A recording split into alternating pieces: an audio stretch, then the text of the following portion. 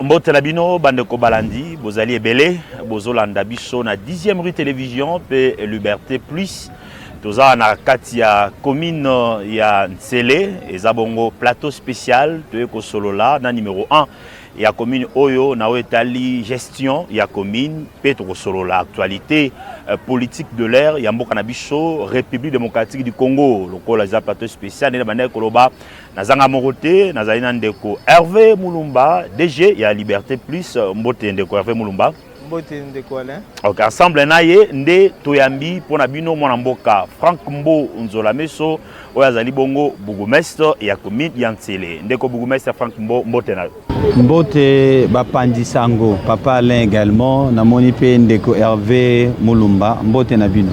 Boni santé.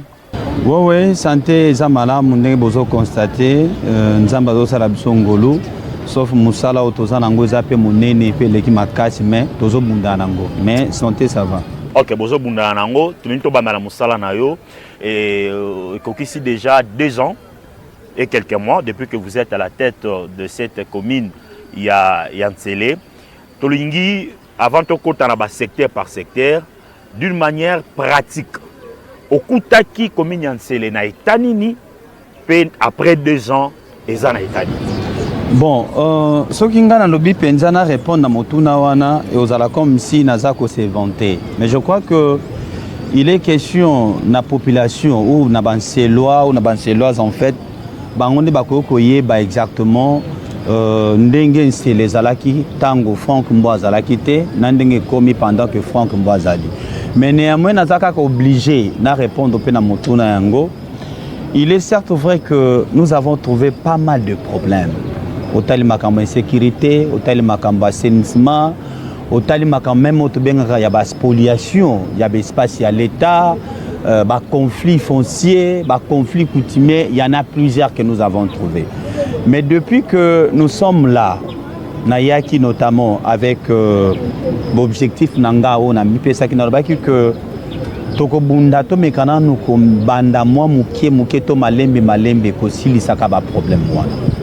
Tokoti na makambeta l'assainissement d'abord parce que tant on a yaka il est certes vrai que nakuta ki même bâtiment communal bâtiment administratif ya commune et zalaki na état moko on ne pouvait pas accepter parce que zalaki ce que même mbou les obeta tozaki na ndeko Hervé Mulumba tant to salaka remise et reprise et tombaki pe que journée ngo na mbula ebetaka ozo sentir que mbou les obeta mais bazo tia ba cantine na kati ya bureau ya bourgmestre ozolanda.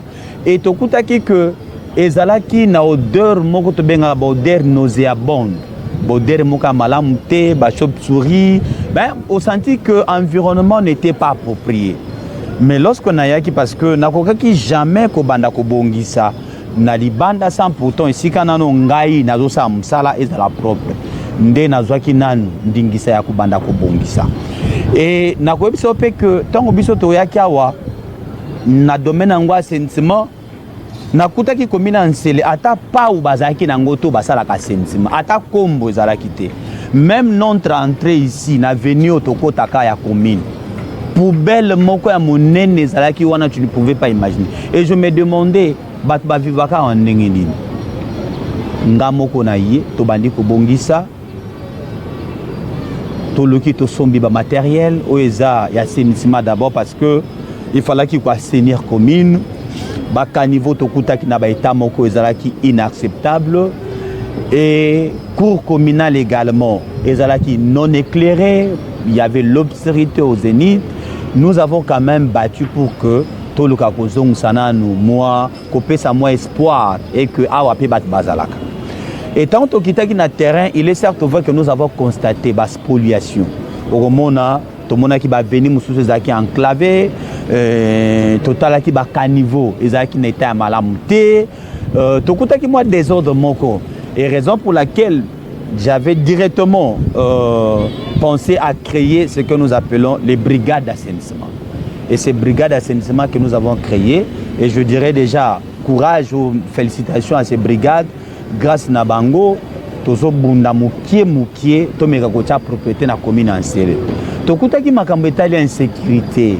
C'était presque chaque jour, chaque semaine, commune Ntsele bandé ko leka na Molière ozomona ba bomi mutu place tel ba sali boy c'est si ba ben on est kini makambo donc commune Nsele banda ko le ka tout moment mais moni banda ke Frank Mwazaliawa to lukaki ko chao to bengi commission mixte to sangisa ki garde républicaine parce que commune Nsele eza na ba centre mi balé à formation ya ba militaire tozana ki bomango tozana kanseta na lingaki ko associé que ça soit la garde républicaine que ça soit FARDC puis na associé qui aussi tous les 4 unités à la police. Nous avons la police territoriale, la police on appelle GENI, la police on appelle GEMI. Ainsi il y avait encore quoi encore. Donc ezaki na unité mususu wana auto associé qui a fait au moins 7 unités auto associé.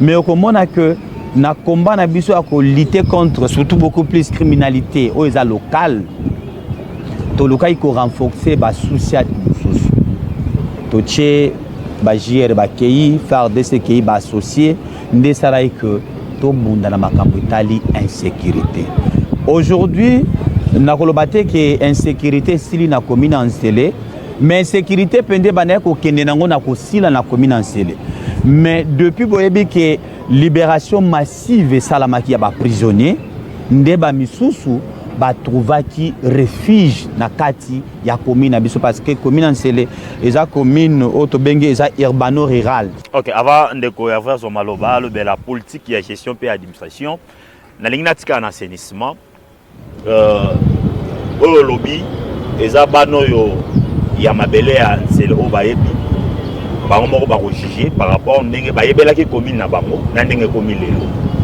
tolo ba ke commune ezalaki na état moko ya mabe mais yo ye to moni commune là tsela mba sika voire même lelo bureau na yo comme ça la buzz na réseaux sociaux o bazolo ba ke vous êtes le seul bourgmestre o yo bureau na eza na standing moko likolo kola ba ministre moto ya zala yo kamba liboso to kolobela ye pena mingi te akei mais yo ye toloba ndoko wana zalaki na misolo te yosi misolo ebele to ezali volonté misolo na yo moko to ezakaka o bimi na commune to ezali rétrocession o eutaka na ville nde osali ke osala misala pe mona na miso. Très bien, merci beaucoup pour la motuna. Yamona bay que il fallait qu'il beaucoup plus bandeko en fait les gestionnaires au ba géraka mbongo ya commune peut-être so bazala ki balinga ba témoigner ndenge ni toujours tambola. Les problèmes ezaka to benga ka volonté politique parce que tant on a bandé ko bongsa bureau na bongsa ngo kate sikoyo dès l'entrée ya ba fonction nanga je mets en témoin même ndeko Hervé Mulumba même vous Alain monsieur Alain je vous mets en témoin parce que zamba liboso teta msuto kutana to sur makam susu na kokai ko travailler parce que j'avais fait seulement 1 mois tant on a côté dès que na sali remise et reprise natala ki non makambo ya caisse ya communauté. Okay. Une semaine après, na bandi ko réflexionner bâtiment communal. Ce qu'on a mis tout ni mbongo wana na zwaka na commune, toza mbongo ta msusu volonté politique et salaika parce que na lobi non. Boumès aza représentant ya chef de l'État. On suppose que koto président do sa musala, il faut les sika ou leki même ba ministère. Il faut les sika ou leki soko ke même na ba régie et leki même entreprise publique à l'État. Raison pour laquelle na lukai ko incarner na loko wana pour dire que place onga na osa msala ata le président de la République alobi non na tiki cité de lo yakuna na ko yako signer ba ordonnance na commune Nsele aya kota fanda signer pe ba ordonnance abimia kei donc esika wana au chef de l'État ko yako signer ba ordonnance c'est pour dire que faut à la place moko eza malam donc na lobi que ngana yako kuta misolo mingi te po misolango pezate tolo bango bongo misolango peza oui misolango peza nango te parce que lelo tozako lela tout moment soko ezaka nga bomesa Nsele te mais soko tambo na ba commune nyonso tozo lela ke commune azal suna misolo te azana misolo te pona nini parce que au kota la ba test mususu ndenge batu ba constitution pardon ndenge ba constitution ki ango ba test wana ezalaki beaucoup plus pona ba intérêt personnel et non à intérêt ya kolukapo pour faire avancer des choses na kolobano que ba test ou disons ba taxe mususu oyo en principe il fallait qu'il ait appartenu na commune lelo et partenariat sous na communauté hôtel de ville to ville azwa yango nyoso ngana zana ba port awa na kolobano ke ngana gérera ba port te to zana aéroport ngana gérera aéroport te tozana ba cimetière moderne awa na geraka yango te eza même na koyebisa bino même taxe ya assainissement eza na compétence ya communauté eza na compétence ya ville mais banani il faut ba assainir est-ce que eza ville to eza commune donc c'est pour dire que c'est la volonté politique. Ok. Donc quand la Mosindo de Gabriel Moulumba. Bon comme toujours le bilan ya nayo mwana mboka Franck Bo tuni toyeba parce que attention c'est pas que vous avez été nommé par le chef de l'État. En principe, c'était la CENI qui devait faire l'élection. L'élection, c'est la maquité, chef de l'État nommé Bino. Mais au cours du mandat Nabino, Bozu Batoasika, Bapaya. Bapaya Bazali, conseiller communaux, au Bazali qui votait à l'issue de l'élection et c'est la maquille dernièrement. Ma relation Nabino actuellement, yo personnellement, na ba conseiller communaux ya commune na yo. Est-ce que ma solo est kitoko? Bon, nakoloba que naba conseiller naloba te na yambi bango mais toloba ke to yambi bango. To yambaki bango malamu. Sauf que pendant mandat na bango nde tokomi ko constater mo makambo susu. Oyebi na uti koloba ngo na ndeko Alain. Na mboka na biso ezo senga ba certaines réformes même ya ba test pour permettre que l'entité décentralisée ait un moyen à vivre. Dernièrement, j'ai suivi na ba télé, ba conseiller baza ko revendiquer ba droit na bango. Mais ce que qui ba droit bande ko revendiquer, bango ba lobi que non, nous ne voulons pas de bourgmestres nommés par Félix Antoine Tshisekedi Tshilombo. C'est la raison. Pardon? Baza la raison. Bon, on regarde aussi à bas test Otozanango. C'est tout à fait normal parce que quand vous lisez des lois sur les ETD, il est question que il faut qu'organiser l'élection pour n'avoir compte, il y a des bourgmestres, des maires, ainsi de maires adjoints. Mais il y a un lobby, les problèmes ils ont pendant nomination T. Les problèmes ils ont beaucoup plus de réformes, il y a des tests Moussoussou. J'appuie notamment même l'idée, il y a révision constitutionnelle. Moi, j'appuie cette idée. Ou même le changement, j'appuie l'idée. Pourquoi? Joseph Kabila, ici, il a sillonné partout en disant que, d'ailleurs, la constitution que vous utilisez, c'est ma constitution à moi. Parce que c'est moi-même qui était à la base de la constitution OU. Lui qui a fait en sorte que nous puissions avoir la constitution de 2006. Posons-nous la question. Combien de fois il a organisé les élections pour les comptes des conseillers? Il n'a pas fait pendant les 18 ans qu'il était au régime. Il n'a pas fait. C'est pour dire que quelque part, même Yépé, il avait compris que qu'organiser l'élection au pour compte à conseiller, c'était déjà un problème. J'ai aimé beaucoup plus aussi le VPM. Le VPM de l'intérieur, il avait dit, bon, Nalanda qui est à la télé, a lobby que que la province est belée et elle a développé, ce sont les assemblées provinciales. Parce que les députés provinciaux ont tendance de tirer sur les gouverneurs. Mais je dis, c'est presque le même pratique que le ministre de l'Intérieur a dénoncé au niveau des provinces. C'est ça qui se passe maintenant au niveau du conseil, au niveau des communes. Déjà, la réserve, c'est du fait que nous ne sommes pas leur émanation. Bon, je vous rassure que les jours que les conseillers vont élire les bourgmestres, ok? Mais je vous dis que ce que nous allons assister aujourd'hui, et qu'on a plus par rapport à Oezo Salamachiko. Donc, Bazo Tchabino mal à l'aise. Bazo Tchabino mal à l'aise. Sauf que tantôt, Bazo comprend que la loi sur les ETD est comme une procédure et comme une soukate. Ça signifie quoi? Lorsque l'élection, il y a Bangwe Salami, il faut que bah organiser l'élection pour na bourgmestre ainsi les bourgmestres adjoints et le maire. Après avoir élu ba bourgmestre na tout na bango na ba maire ba ko désigner to ba ko nommer ba échevin. OK. Ba principe to benga il y a des principes de droit. Principe il y a droit ezalaka introduction, développement ainsi conclusion. Donc le kola no likambango eza na introduction. Ça va, nous va développer en côté. Tokoki jamais cochiter na conclusion. Alors vous vivre non, mais raison pour laquelle finalement vous êtes dans une situation de blocage. Mais na kolobaisa blocage était parce que au moins une relation nion son avis, hein? Au gros que soit relation mususu ta mususu na mwasi moko par exemple. Et lui, que les relations, il faut que les libala. Peut-être c'était pour la première fois tout tenter expérience on en a Félix Antoine Tshisekedi. Mais lorsqu'on constate que ça peut créer des problèmes à la République démocratique du Congo, est-ce qu'il faut continuer? On dit l'erreur est humaine, mais lorsqu'on constate que c'est une erreur, on ne peut pas continuer à cette erreur. Donc j'étais en train de dire que avec des conseillers, nous gardons de bonnes relations. Parce que je vous informe, problème c'est toujours à la pompe et à rivalité. Ndetinga naza na 15 conseillers. Na 15 conseillers, il y a au moins 6 qui sont déjà candidats. Au bazo la libonga onga na zanango. Donc na 6 wana aussi peut-être bazan a tendance de ne pas seulement voir du côté positif il y a Boumez, et il voit seulement du côté négatif. Donc nyoso Boumez a do sala, c'est du négatif. Pour nanini parce que bango pe baza ko envier déjà basala nini. Bazwa libonga wana. Allez-y comprendre la suite. Donc, il y a eu 15 conseillers, monsieur le bourgmestre, moi, attention, Ezali. Vous n'avez pas suivi à Kimbanteki, à Kinshasa, à Kalamu. C'est partout. Mais je te dis que nous sommes des mêmes morales. Il y a parce que il y a ceux qui viennent pour exposer ma problème na bango, à laquelle je vais voir si je suis en mesure de résoudre. Parce que Moussa, dans quartier n'a côté moins sécurité. Dans le quartier n'a côté moins.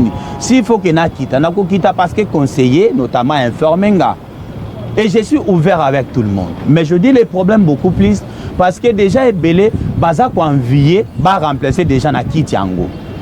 Donc pour na bango, nyoso yo boumé sa zo sala ezaka noir. Puis aussi campagne moko ya diabolisation c'est salami dans le cadre na ba autorité mingo ba yambi ba conseiller des conseillers soko yo ki ba dire na bango ba boumese ba lingi bisoté ba boumese ba lingi bisoté ba boumese ba zo détourner c'est seulement ça les a dit et campagne wana ba meki ko diaboliser de certaines autorités yango tozo senga pe que parce que ba autorité ba za na position ya papa tout position mokonzi aliaka nyama litoi mokote soko yoki litoi oyo yoka pe litoi musuzu ta musubiso pe toza na version musu ya kopesa bino yango na lobi lelo so balbi ke babumese balingi bisote ngana moni na ville ya Kinshasa wate babumese basangani to babumese basali marche pona koloba ke to lingi ba conseiller na monité mais sauf que na moni ba conseiller basali ba marche wato monaki ba kende même primature pona koloba ke biso to lingi babumese nommé par Félix Antoine Tshisekedi Tshilombo te. Donc c'est comme si le chef de l'État avait commis des crimes. Il y a qu'on nommé. Il y a un lobby. C'est lui qui était le père ou le fondateur de la constitution que nous avons aujourd'hui. Combien de fois il a organisé ces élections pendant les 18 ans? Donc Olika Kandé a incriminé Félix Antoine Tshisekedi d'avoir nommé ici dans cette ville démocratique ou disons la ville de Kinshasa. Vous vous souvenez, PPRD a nommé dans les 24 communes, tous les bourgmestres des 24 communes. C'est du crime du fait que Félix Antoine Tshisekedi Tshilombo, il a nommé les bourgmestres. Il y a un lobby que banani bazo soutenir Tata Mokonda Mboka, pe banani bazo soutenir. Na lobby na bino ba conseiller et belé baza déjà ba candidat. Au baza ko envisager que bango pe bazo déjà libonga yango. Et d'ailleurs ba problème est belé zo uta déjà wana pour dire que le quoi baza ko enviango, c'est pour dire que nyoso ba boumese ba osala ezaka mabe. Alors avant de go na actualité, une dernière question par rapport à bilan. Outiko étalé bilan nayo, on peut dire que c'est positif. Mais na koyoka ningi bazo loba ba conflit foncier zo continuer na commune nayo. Et puis d'abord, rapport dernièrement tout le monde qui n'a pas pêcheur et collé, bazo ba yo instaurer ba taxe belé pour et créer tension. Ba ennemi peut ba bimé belé. Donc la magambo na tu koyebisa yo awa. Pour répondre batunini na ba o katsake na nteli awa ba conflit foncier. Makambo zo continuer et puis notamment le désordre lié par exemple à port pêcheur qui colle, il oppose impliqué dans le Vous savez les jours que Bakotika Otobengaka libre administration à la commune, de ce jour-là, développement paye Kobanda. Au regard de la loi, on donne ce qu'on appelle la libre administration. Que la commune est dotée de la personnalité juridique, c'est pour dire que est libre à cause de la mais ngana kolobana bino que tantôt ezaka sur papier, mais en réalité eza penza bongo te parce que lorsque tantôt les bourgmestres à lobby to a télémélé loko moko eza malamu te otali pene loko eza malamu te mais on comprendre te ben jonction ya kozwa ba pelo ya kozwa et en fait et comme il faut fragiliser autobengaka autorité à l'état. Je rentre par rapport à votre question. Des conflits fonciers encelés à Malukwa, à Mongafula. Ce problème, je pense que n'a pas commencé aujourd'hui. Mais moi, en étant d'abord natif d'ici, je connais aussi, je vous informe que je suis aussi le fils d'un chef coutumier. Je connais pas mal de choses qui se passent ici. Tongana yaki. Na mona ke loka liboso d'abord ya kote le meloko wana. Eza ko luka ko benda nanu ba chef coutumier matoi. Pona ko yebisa bango que bango pe na tour na bango ba benda bana na bango matoi. Ça signifie soko oza mwana chef coutumier, oza chef coutumier. Soko oza neveu, to cousin, to cousine, oza chef coutumier. Papa na ya kozala na droit na qualité, mais yo mwana oza na qualité te. Parce que le lezanine, papa pesi mutu mabele, mwana baluki su na simaki a pesi mabele kawa. Lobi cousin to cousine aye, parce que bango ba mi bengaka les ayants droit. Or, être un ayant droit n'est pas égal ya kozala chef coutumier. Et plusieurs réunions que j'ai eu à faire avec des chefs coutumiers, voilà ce que j'ai donné comme ma vision. Et même dans mon niveau ici, lorsque je reçois ce que nous appelons les attestations des titres de propriété, fiche parcellaire, je procède d'abord à la vérification de ce qu'on appelle sous-bassement. Nata la motonino ya tekaki mabele. Est-ce que ça a une qualité, toi ça a une qualité?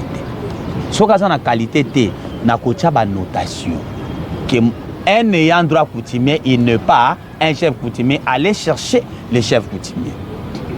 Na kolobate que conflit est sidi, mais toujours ça l'effort conflit on est manico parce que ce que même na justice au comment on appelle ba dossier ngo comme moi ko dimne pona nini d'abord na niveau d'administration pas na biso na luki ko chamwa ordre mais aussi pour aller au deuxième volet nsele azo gérer l'intérêt à batunios mutunios ça na mabela mais ezana ba kondi mususu ba politiciens disons que tozali ba comment peut ko boto la mabela ba chef coutumier parce que y a za général parce que y a za ministre parce que y a za ayant droit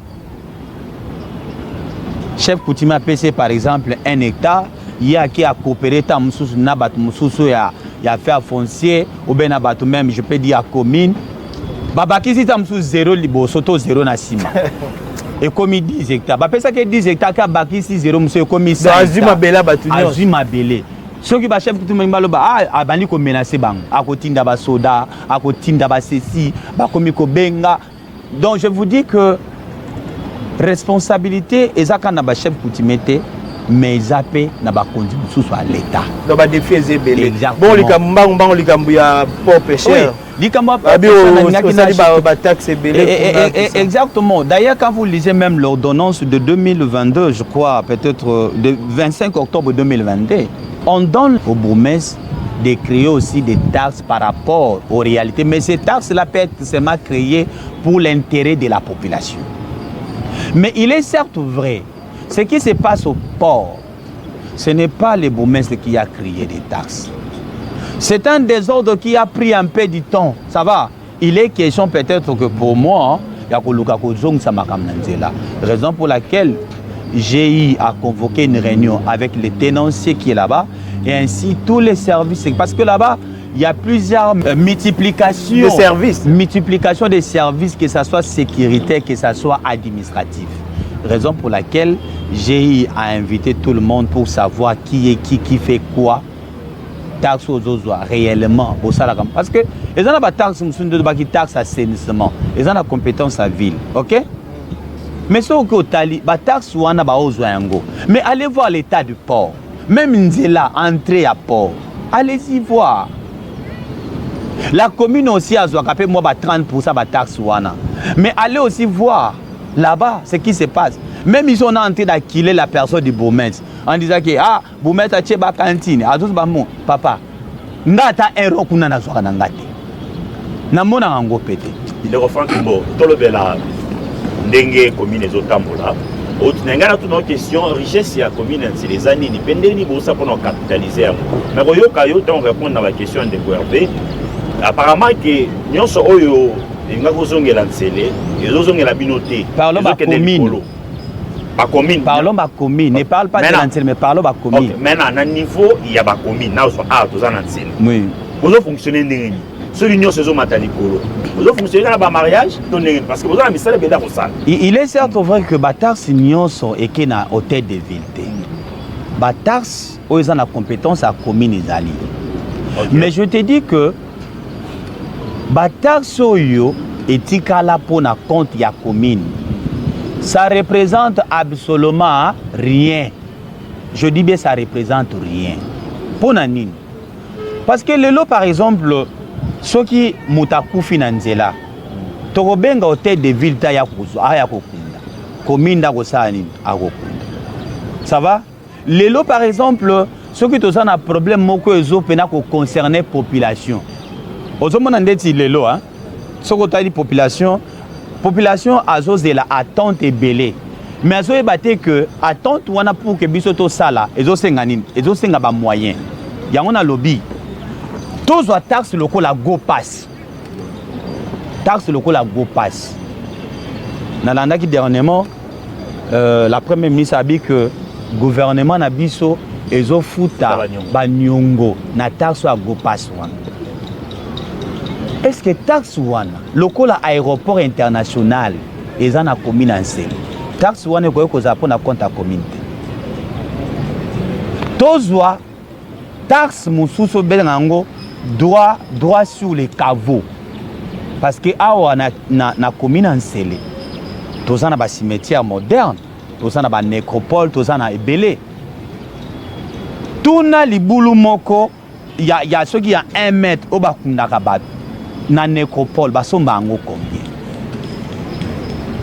na nyonso wana commune ata 0 francs commune azwaki loko te na nyonso esala bien sûr quand même rétrocession non disons vrai banda continue aux yeux rétrocession te nakoloba kami te bozoki ba 20 000 ouais bien sûr yango d'ailleurs je vais remercier le gouverneur Daniel Bumba parce que depuis que naza boumès mbali boso nazwa rétrocession à $20,000 $20,000 bon oui mbali boso non le gouverneur Ngobila à son époque a rétrocédé ba commune 2 fois c'est 10 000 nabina une année a rétrocédé 10 000 na deuxième année a rétrocédé 10 000 ce qui 2 fois mais gouverneur Daniel Aye je crois que mois ya janvier tozwa ka soki $10,000 et na mois il y a octobre ou mois il y a novembre tozwa ka $10,000 et na mois de décembre tu as coupé ça $20,000. Oya mwana mboka Frank Bob commerce mbongo wana yo side. Merci beaucoup. Déjà na Mbisibino Kinshasa nous avons des problèmes majeurs. Ces 2 problèmes majeurs c'est l'insécurité et l'insalubrité. Il y a une brigade d'assainissement qui est là. Ils sont permanents. Parce que selon le gouverneur, il nous a dit, vous devez d'abord commencer à tirer tous les caniveaux. Les caniveaux là, ce n'est pas côté des villes qui nous a envoyé les engins pour venir. Mon hôtel des villes de Sala, na ba Gombe, na zomona, na ba commune mususu, mais pas na biso ba yakate. Pas na ngai, c'est avec le brigade d'assainissement. Ils sont 120. Oyo. 120 personnes. 120 personnes au bazo travailler, ba débordara même.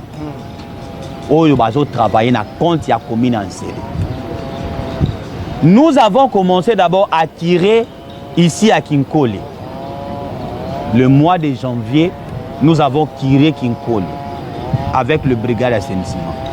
Mais na journée moko, mutu moko azozwa 15 000 francs congolais, équivalent aujourd'hui à 5 $. Soko sali machine, le mois, brigade d'assainissement a consommé 14 800 $, le mois de janvier. Soko y a un mois de février. Tant aussi si Kinkole, toke na terre jaune. Tu travaillé le mois de février na terre jaune. Soit 14 800 $ fois 2, ça donne combien? Tant aussi si terre jaune, phénom P4 aussi cité, Tobimi na boulevard national. Mais toujours je dis, par jour, parce qu'on doit reconnaître que Bosoto est belé, le quoi Bosoto est belé, et donc c'est un travail de fond. C'est pour dire que du jour au lendemain ou du jour au jour, nous devons être au terrain pour assainir. Pour tout le monde, nous couchons à Bosoto. Ceux qui couchent à Bosoto, l'ongwe, total à Sikoyo, ndengeni to banda ko landela mena auto tie équipe angweza permanent pour na ko landela ba traiter mike. Donc trop ba yombo onyo ce que na assainissement mais et faut tu peux rater ben je mon ezebele. Yango na ngina loba, yango na ngina si ça na chiter rapidement. Wana to lobby peut-être oyo to pesa ka bango. Soko zui ba outillage. Soko zui ba engin oyo nga ici na somba kata muso liboso. Ozui carburant. Ozui entretien nango. Mais l'autre ça dans le mois d'avril non. Brigade continue à fonctionner. Bazo fonctionner na mbongoni.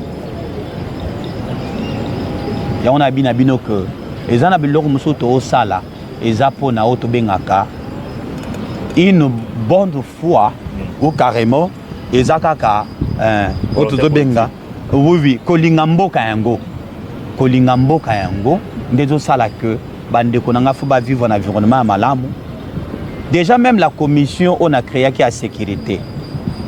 Vous savez parce qu'il faut quand c'est à pesanga jeep moko. J'ai mis à pesanga jeep moko. Kibomango a pesanga jeep moko. La police territoriale a pesanga n'a retrouvé au moins 7 jeep. Ce qu'on a semaine, il faut qu'on paye ça à 100 $ na jeep moko pour na kocha carburant. Mais à part ça aussi motivation, il y a bateau ça la patrie. Tu comprends que déjà pour les là de rêver à toute la question to bien exploiter parce que moi la vie c'est qui hein. Moi comme on peut aussi ça. Question sur la Italie commune. Les amis na ba bougumé service. So ko tuni ba o baza na commune ay ba e ba ta été. Ba e ba kombo na été. Bougumé c'était à bureau ay ba dité. To la proximité na bateau aux gérer. Awa ba stratégie ni nezali deni no sala pour que ozala na bateau ya yo ba ye ba yo. Est-ce que pour y bani pe na commune c'est la côté? Bon, en fait moi je misé mingi na communication. Moi je vais vous dire que depuis Célé, c'est pour la première fois un bourgmestre en fonction être élu député provincial. OK. Ça montre déjà à combien je suis avec ma population. Bureau wana atana bongisi yango 50 000 fois. Mais nazalaka penza na bureau. Les matins avant de venir dans mon bureau, je commence d'abord à être au terrain. Même brigade d'assainissement ngo. Soki ba pesinga rapport to sala ki place tel, mais ngape fona kitana e mona si réellement ba sala ki musala. Population a yebinga. Ngana population ezali sous likamba ko lobate. Pe population ngo balinginga pe déjà. Pe balinganga déjà. On m'appelle les jeunes leaders. Double poumon. Ça c'est tout ça c'est mon nom. Et ce nom-là a été baptisé par la population. Quand nous sommes en train de tirer du côté terre jaune, je vis un monsieur, un général. Il est descendu de sa jeep pour venir me dire que, monsieur le maire, félicitations. Nous, en Célé, on n'a jamais vécu ça. Vous êtes le premier bourgmestre de faire ça. Ndékwalin, j'ai commencé le boulot le 5 janvier 2023. Il y a eu les élections le 20 décembre 2023. 11 mois seulement. j'ai préparé 11 mois mes élections et j'ai été élu deuxième de lancé. Deuxième de lancé. Mais banal ba pesinga voix wana. C'est la population, non? Ok. Bon, soki nazaki malam na bangote. Aussi je n'étais pas au terrain. Mais banal ba pesinga ba voix wana te. Il y a eu des bourgmestres qui ont passé ici. Combien ont été élus comme députés provinciaux? Mais avant de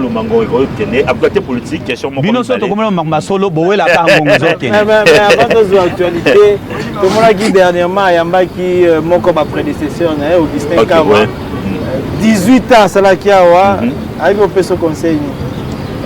Bon, vous savez, au déplorer, mais Agira qui m'a lampé. Non, non, ngana lobité qui. Non, non, non. Il y a 18 ans. Déjà, nani, mais Hervé Moulumba ne me dit pas ce que je n'ai pas dit. Ok. Na lobby boy.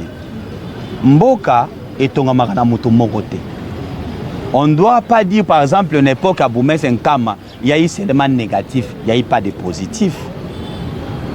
Mais nous ne sommes pas là pour ça. Nous sommes là où lui s'est limité. D'ailleurs, moi j'ai succédé à une dame Mwalouke parce que Boumès Nkama était allé déjà du côté Lingouala, je crois. Mwalouke qui n'a fait que quelques temps. Oui, même s'il a fait quelques temps. Moi j'ai fait combien de temps? Je fais 2 ans. Mwalouke aussi a fait 2 ans. Moi aussi j'ai fait 2 ans. Mais essayez de voir maintenant les 2 ans de Mwalouke et les 2 ans de Franck Monzolamès. Les pommes n'est pas le temps. Ou les pommes, on n'est pas là pour critiquer. Le problème, c'est simplement, là où Mwalouke a soukaki, ngana bandi wana na sainin, na kei. Là où Nkama soukaki, ngana bandi na sainin, na continue. Le Boumès Nkama est venu. D'ailleurs, c'est un notable de l'Ancélé. Vous savez, balobaka mwana po umela, il faut que yoka todi ya baboti. Bango baza baboti na biso. Et à tout moment, il faut tout recourir na bango. Il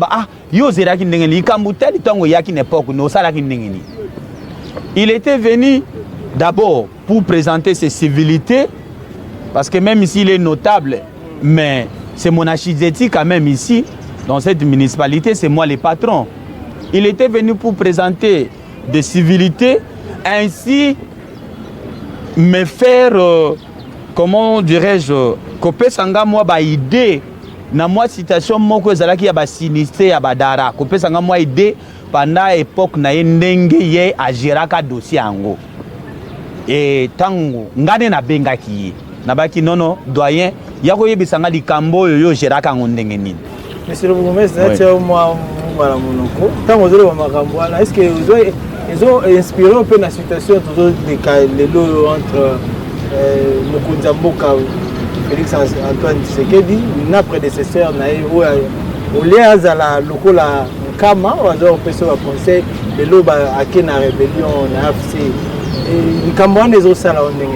Lorsque moi na azako reconnaître maman Botiete aza mono aza modi Congo eza maman na biso Congo epesi biso nyonso. Dans ces pays on n'a pas connu Joseph Kabila. On l'a connu lorsque son père était président et le fils est venu, c'est là où nous l'avons connu comme président de la République. Le Congo nous a tout donné. C'est pour dire que nous n'avons pas ces droits-là, il y a que Boma, les Congolais pour avoir intérêt na biso personnel. Lui, on l'appelle sénateur à vue. Donc, Atikali sénateur. C'est pour dire que c'est lui en principe qui devait d'abord être comme le premier conseiller du président actuel lorsqu'il y a un problème de ne pas être le cas.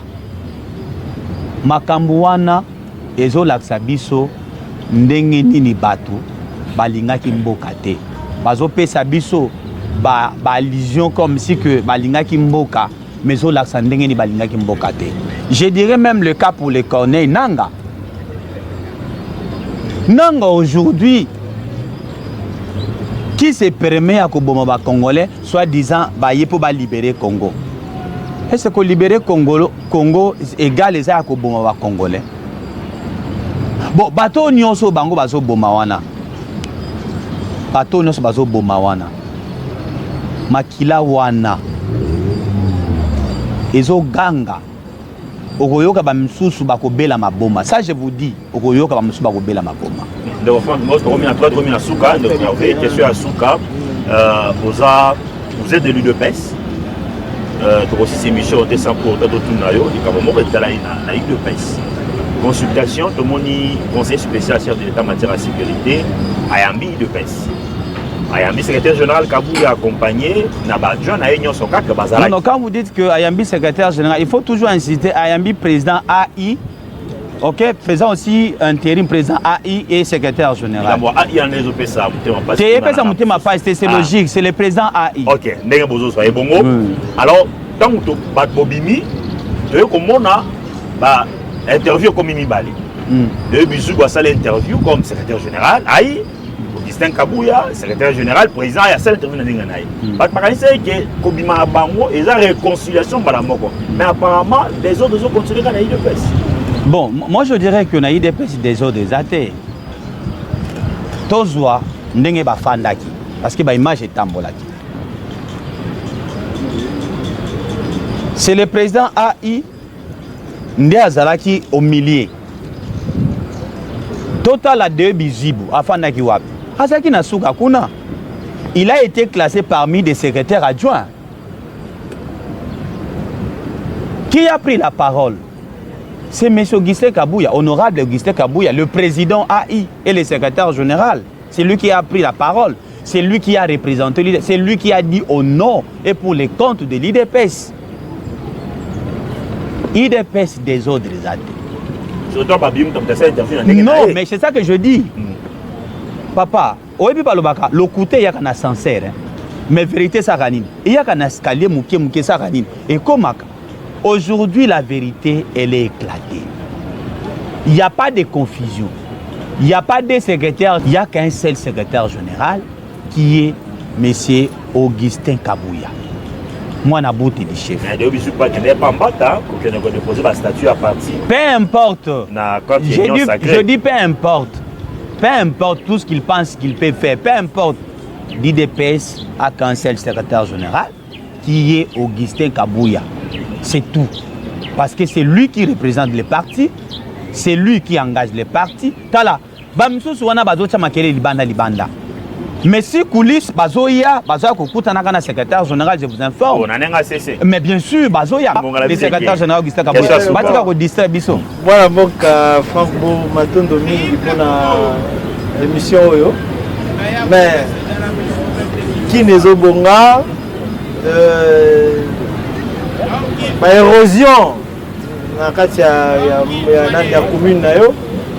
Est-ce que vous pouvez placer moi Momoko avant que les collègues conclure l'émission autour il y a programme il y a gouverneur à ville qui a Kinshasa qui les opérera et puis il y a tête d'érosion au mini la commune bon vision il y a papa Nabiso gouverneur Daniel Bumba.